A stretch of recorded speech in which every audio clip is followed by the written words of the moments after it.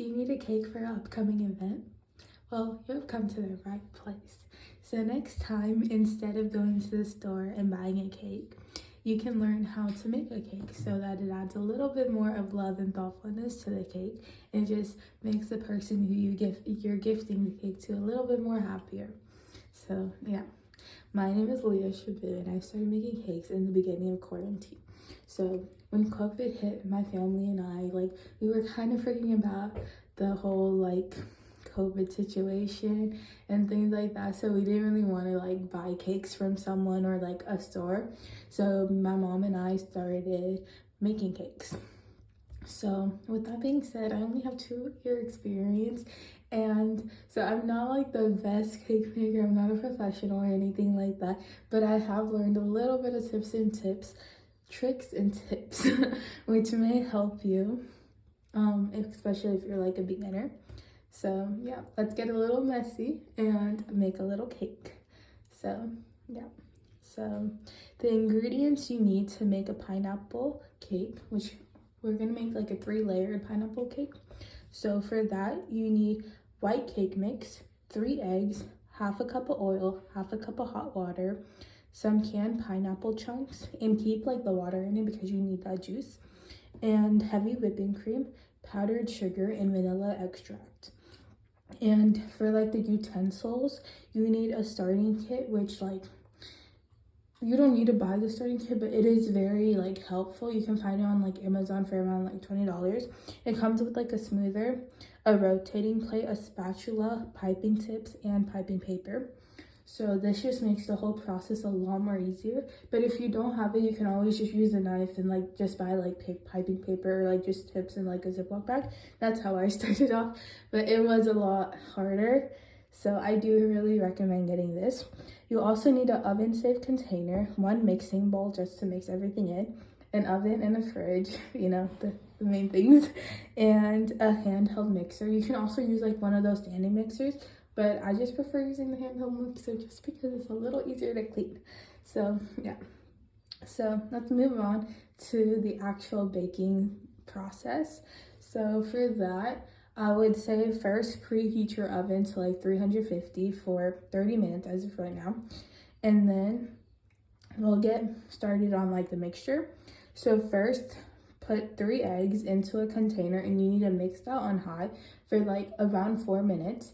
And in that time, it becomes very fluffy and thick, and that's when you know it's ready. So once it's ready and thick, you can add the white cake mix, and I would just mix that around, and it's gonna be a little thick and kind of sticky, but that's when you know you're doing it right. It has to be a little thick, it's sticky. So once you have that, you can add your half cup of oil and hot water. Make sure the water is really hot. So you're gonna pour that, and you're just gonna mix it, and it'll be kind of like a blob. It's very thick. So once it's in that consistency, you can move it on to your oven safe container. In the container, I recommend getting it in whatever shape you want. So if you're going for a round shape, get a completely round, the same not a different radius one, but the same radius, so that all of the cake is in the same shape and the same kind of size. So you don't need a butter or anything, just put it straight in there and putting it in your oven, and let that bake for around 40 to 50 minutes. But just go in and check at 30 and make sure. And like I said earlier, I said to just put it at 30 minutes, but you can move the time to around 45. And so yeah, so while your cake is mixing, you can start making your whipping cream. So for that, I would just use the same container you used to mix it, so you can just wash that and use that same one. So into that, first put your heavy whipping cream. Just put the whole bottle in there because you need a lot of whipped cream for this. So you're gonna first stir it. Don't add the powdered sugar, stir it first. I learned that the hard way because when you don't do it, it makes it it takes a lot longer for it to whip up. So first whip it a little bit, and once it's a little thick, add the powdered sugar, and then keep mixing it until it looks like whipped cream. And you can also add a little bit of vanilla extract if you wish. Some people don't add it, and it's perfectly fine. So yeah, once you got that mixed, you can put your desired food coloring choice.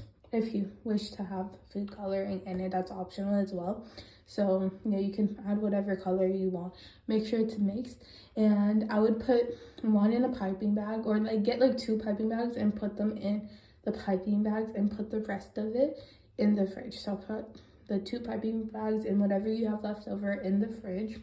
And we're gonna use that when the cake is ready to get assembled.